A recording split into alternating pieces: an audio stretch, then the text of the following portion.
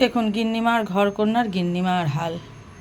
ধোয়া জামা কাপড় এখানটাতে মেলে রেখেছিলাম, এই যে তার ব্যালকনিতে মেলে দিয়েছিলাম, টেনে টেনে নামিয়ে তার মধ্যে গুটিসুটি মেরে ঘুমোচ্ছে। হ্যাঁ, শুকিয়ে গেছে, সকালবেলা মেলে দিয়েছিলাম, শুকনো জামা কাপড় টেনে নামিয়েছে। ওই টুলটুল, ওই ওই, এটা তোর বাপের পায়জামা আর টি শার্ট, ওই ধোয়া রে বাবা, ধোয়া। আমার পরিশ্রমের একটু মূল্য তো দিবি নাকি দিবি না? ওই ওই দেখ, তোর বেটা পাশে বসে বসে শুনছে তোর কীর্তি, দেখছে, শিখছে তো। তুই না বাবা, ওই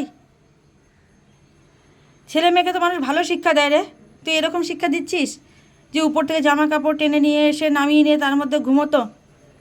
কেন রে, আমার বিছানাটা তো দখল করেই ছিলি, আমার বিছানাটা তো তোরা তৈরি দখলে, ওটা তো পোষাচ্ছে না এখন, এই জামা কাপড়গুলো খেতে হবে। হ্যাঁ হ্যাঁ হ্যাঁ হ্যাঁ হ্যাঁ এলাচ, তোর বাপের নামে বলছি। হ্যাঁ, তোর বাবার নামে বলছি তো, ওদিকে মুখ ঘোরালি কেন? ডাক তোর বাবাকে, ডাক। তোর বউটা কত ভদ্র দেখতো, তোর বউটা দেখ কী সুন্দর ঘুমোচ্ছে ইসের উপরে। হ্যাঁ, ও বাবা, ও তো আবার পর্দাটা তুলে নিয়েছে, ওয়াশিং মেশিনের উপরে বসে ঘুমোচ্ছে। আর এটা এখানে, আমি কোথায় যাব, আমি কী করব? এমনিতে তো তোদের জ্বালা দুদিন পরে আমাদের বাড়ির থেকে লোকজন বের করে দেবে, বুঝেছিস? হ্যাঁ, তোকে ডাকছি তো। এগুলোকে আবার আবার কে ধুয়ে দেবে? এগুলো আবার কে ধুয়ে দেবে? তোর বউ ধুয়ে দেবে? ওই লাট সাহেবের বেটা, একজন লিপ ছাড়া উঠবে না, একজন ইলিশ ছাড়া খাবে না, আরেকজন এই ধোয়া জামা কাপড় ছাড়া ঘুমোবে না। পাত্তাও দেয় না, একটু পাত্তাও দেয় না।